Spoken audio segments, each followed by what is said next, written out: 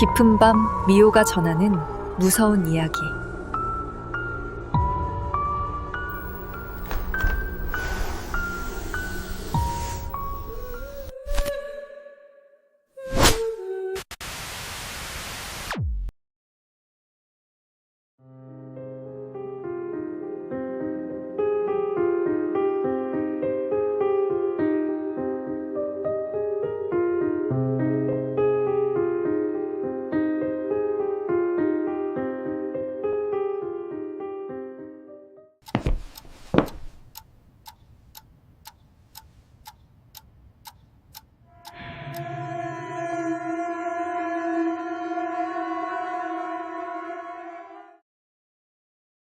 고등학생 때의 일입니다.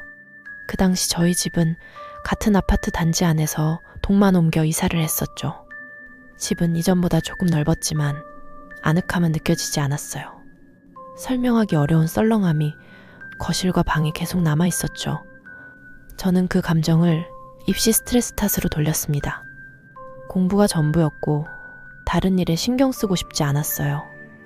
일상은 과제와 자습으로 채워졌고 하루가 빠르게 지나가더군요. 그렇게 몇 달이 지났습니다. 불편함은 줄지 않았고 마음 한쪽이 계속 걸렸어요. 그 무렵부터 작은 이상이 천천히 모습을 드러냈습니다. 처음 이상하다고 느낀 건 현관 센서 등이 혼자 켜질 때였습니다. 식탁에 앉아 있는데 불이 툭 켜지고 곧 꺼졌어요. 그날은 벌레가 지나갔겠거니 넘겼죠. 며칠간 간헐적으로 같은 일이 반복되면서 불빛은 이유 없이 켜졌다가 꺼졌습니다.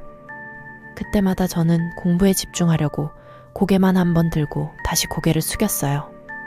고양이도 때때로 허공을 바라보며 낮게 울었습니다. 날파리인가 싶어 눈을 씻고 찾아봤지만 아무것도 보이지 않았어요.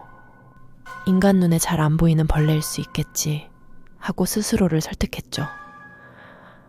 그렇게 합리화를 하면서도 가슴 한쪽은 서늘했습니다.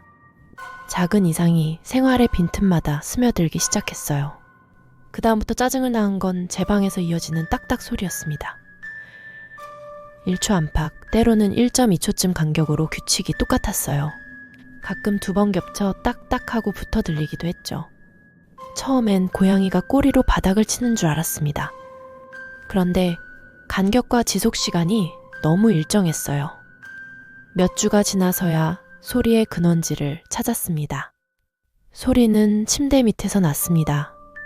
그래도 일부러 들여다보지 않았어요. 고양이가 맞다고 스스로를 설득하며 이름을 불러 그만하라고 중얼거렸죠. 속으로는 고양이가 아니라는 걸 알고 있었어요. 그 시간에 고양이는 바깥이나 언니 방에 있었거든요. 소리는 밤 10시 무렵 시작해 새벽까지 이어졌습니다. 거의 매일 같은 시간대였고 그때까지는 제 방 안에서만 반복됐어요. 나중에 알았지만 무속인이나 그런 걸 본다는 사람들이 밤에 이런 규칙적인 두드림이 들릴 때가 있다고들 하더라고요. 그 무렵부터 이상한 현상은 방을 벗어나 집 전체로 퍼졌습니다. 먼저 제 방에는 시계가 없는데 초침 소리가 또렷하게 들렸어요. 소리는 벽장 앞과 책상 위쪽, 그 사이 어딘가에서 맴도는 듯 했습니다. 몇 분 정도 계속되다가 조용해졌고 이후로는 다시 들리진 않았어요. 거실에서는 발자국 소리가 자주 났어요. 문이 가까워 더 선명했고 횟수로는 15번도 넘었네요. 고양이가 물 마시나 싶어 부엌과 물그릇을 살폈지만 아니었죠. 잠시 뒤 언니가 방에서 고양이를 밖으로 내놓는 일이 몇 차례 있었습니다. 그때마다 방금 들은 발자국은 고양이가 아니었다는 생각이 들었어요.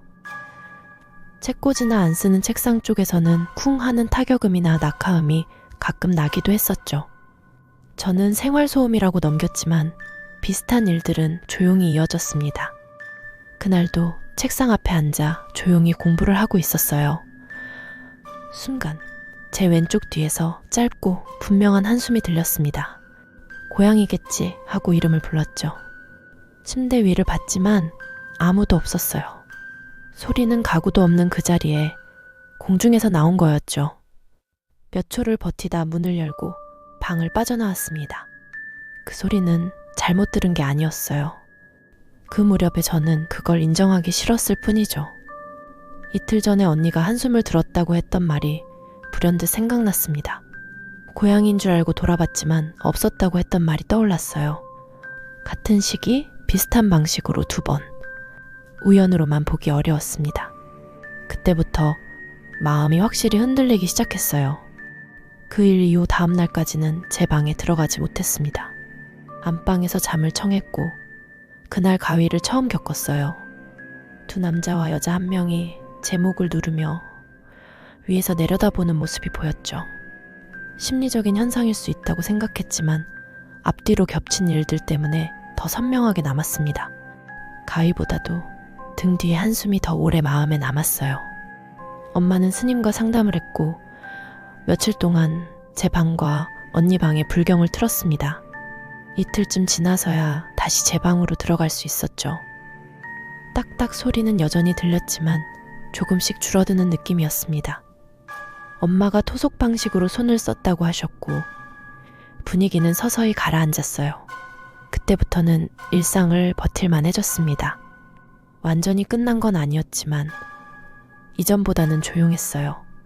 수능을 치르고 입시 준비를 마무리할 즈음 우리는 이사를 나갔습니다. 그 뒤로 집은 조용해졌어요. 그 일들은 거기서 끊긴 듯 했습니다. 원인이 무엇이었는지는 끝내 알지 못했죠. 밤마다 이어지던 딱딱 소리와 등 뒤의 한숨만 또렷합니다. 지금은 평범한 일상으로 돌아왔어요.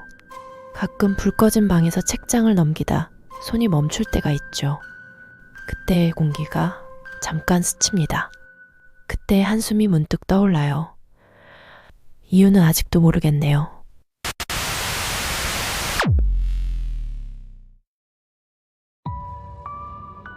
아휴, 끝났다. 고생하셨어요.